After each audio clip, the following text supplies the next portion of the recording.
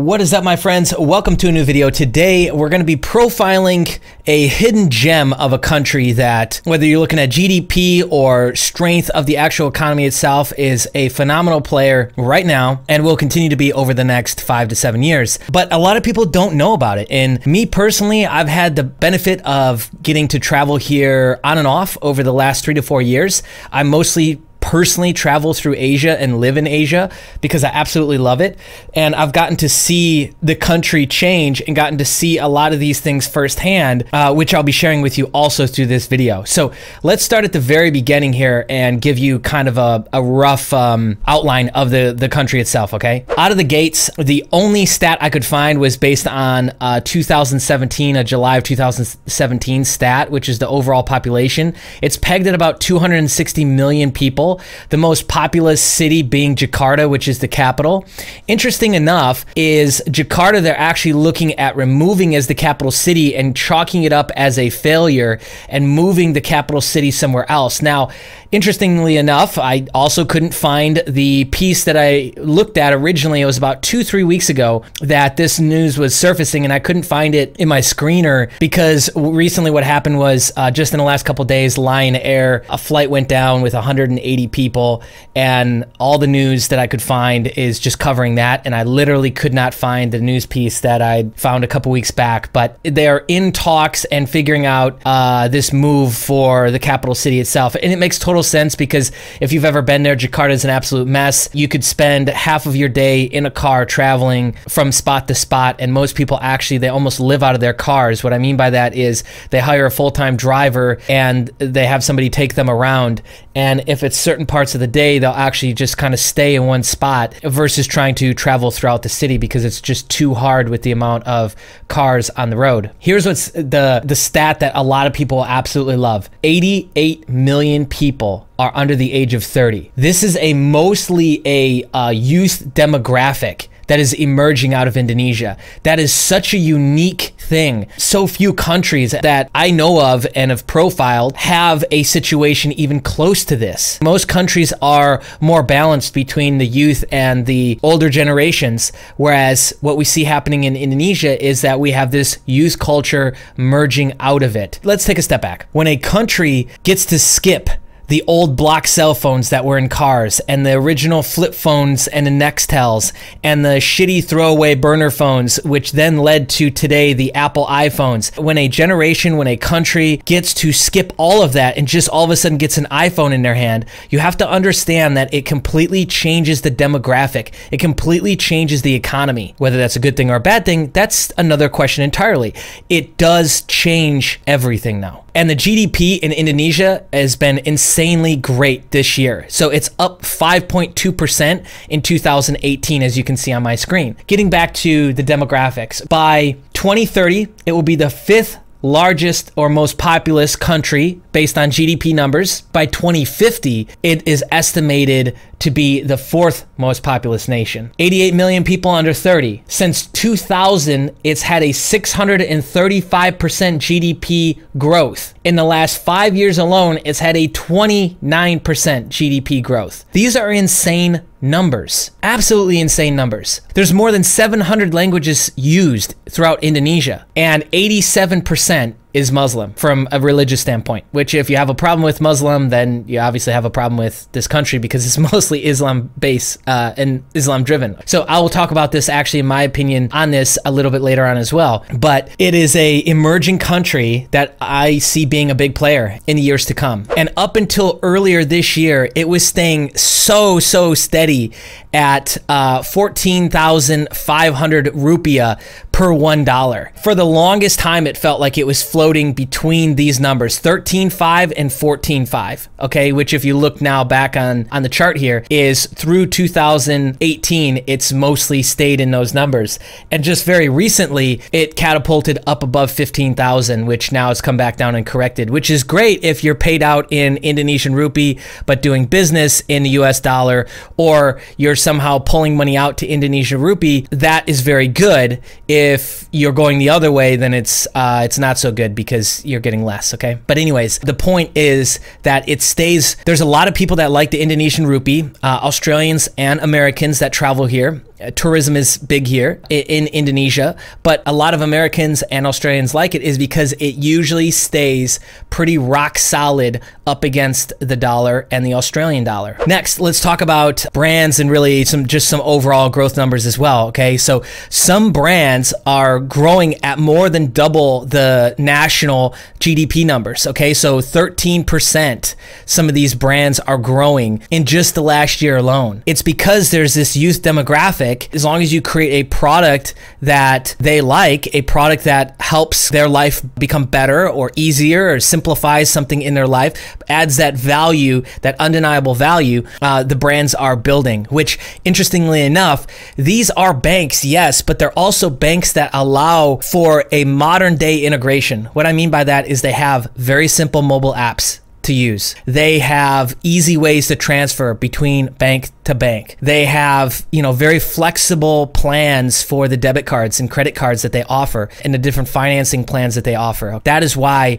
it's not just that they're banks, that they're, biggest growers. Okay. It's also that they are really framing themselves and building themselves as a youth-driven company. Okay. So yeah, you look at the top companies, Gojek, this allows you to essentially do anything. So have food delivered, have somebody come over to clean your house, have somebody come over to take your car to clean it, have somebody come over to clean your bike, go get gas, pick up one thing and drop it off somewhere else. This is something that, what blows my mind is that in America, they still don't have really something like this. They have a couple pilot programs that are working. And then obviously for transportation, they have Uber, but here they have Gojek and Grab, and they've had it for years now. I think since 2007 or 2008. And it's such a deep piece of the society now to just grab a Gojek scooter ride from point A to point B, or have somebody pick up something that was just printed off at the print house and drop it off at your place. Your buddy forgot his charge cord at your place, drop it off, pick it up from me, drop it off to your buddy. So very interesting. And there is a full report. I'll have this link underneath the video as well. But some of these brands are growing, head over heels, 20%, 17%, 3%. These are all really, really great things to hear for the economy itself. The market itself here is obviously growing, and it's being influenced by a lot of big players, a lot of G7 players, okay? So other top Asian countries, obviously America, Australia, New Zealand as well. So now what I want to talk about is probably, it'll be the least popular part of this video, and it's going to get into my opinion, okay? So I think that Indonesia has an amazing opportunity in front of it. I think that some of the things that they're doing, and there's going to be like one of two directions that they go based on that. So it's a largely Muslim-driven country. And what you got to realize is that Muslim itself here isn't as successful as you might think it would be. Other Muslim countries are at war right now, and they're always at war. But here in Indonesia, they believe in the karmic model. So 99% of people also believe in karma. And it sucks to see that even with the karmic model, you see in bigger cities like Jakarta, Muslim isn't getting along with Muslim. Religion itself has inner turmoil, deep inner turmoil. I guess my point is that if, Muslim can't make it in a country where most people also believe in karma and believe in you got to understand that karma is a deep driving force to most Asian countries. It's baked into Hinduism, it's baked into Taoism, it's baked into Buddhism. Buddhism has over 250 million people in China alone. It's the largest religion in Japan as well. The karmic model is very important because it helps really frame and create somebody's moral compass and their value system, and separates what makes a good person. If the religion can't make it and can't have peace in a country that also strongly believes in karma, then there's a problem. That's just a little disappointing to see and disheartening to see, honestly.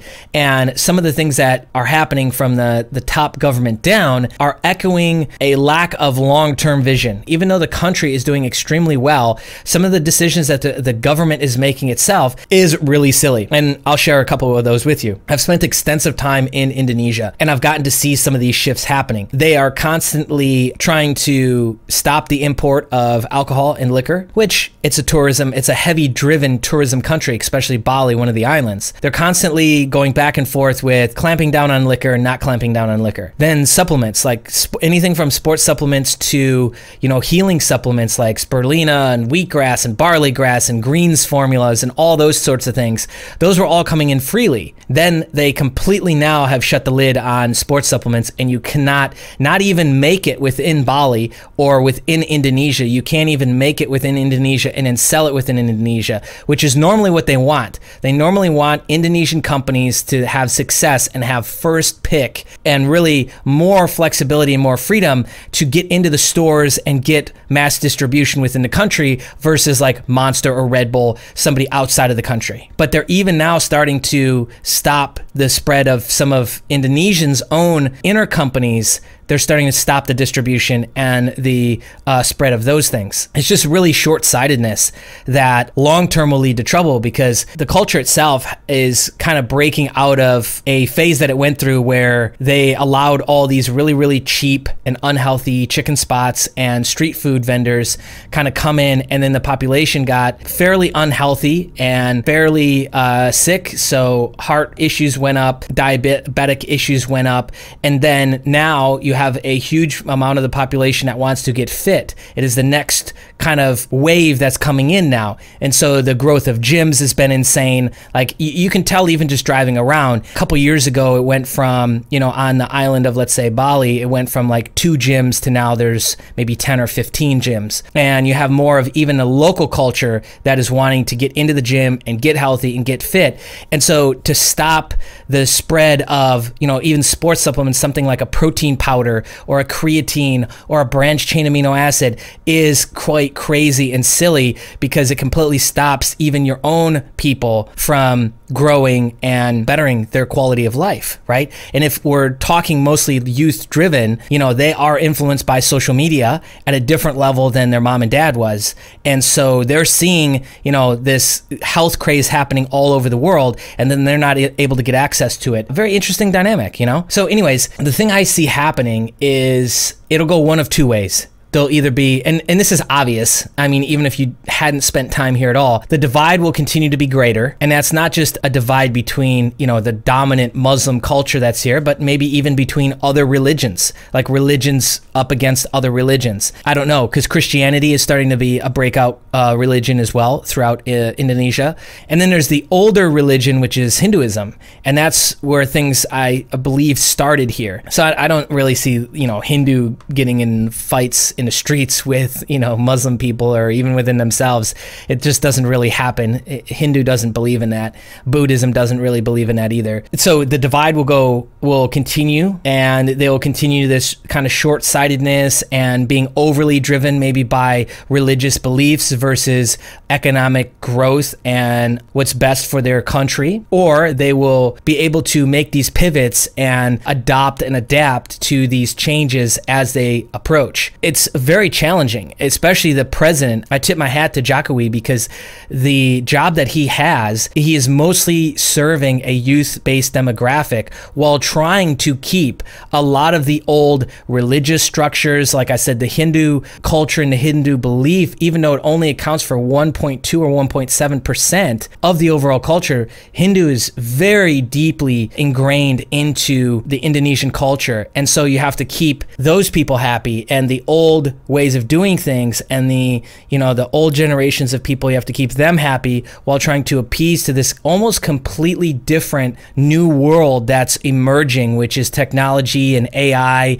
and all of those demands and all of those needs, while still trying to stay grounded in some sort of religion and some sort of spiritual practice. It's very challenging. So I tip my hat to him, because that job is not easy at all. Anyways, hopefully this has enlightened you in some sort of way about the country of Indonesia, its potential. If you haven't traveled to Indonesia, I strongly suggest that you put it on your bucket list.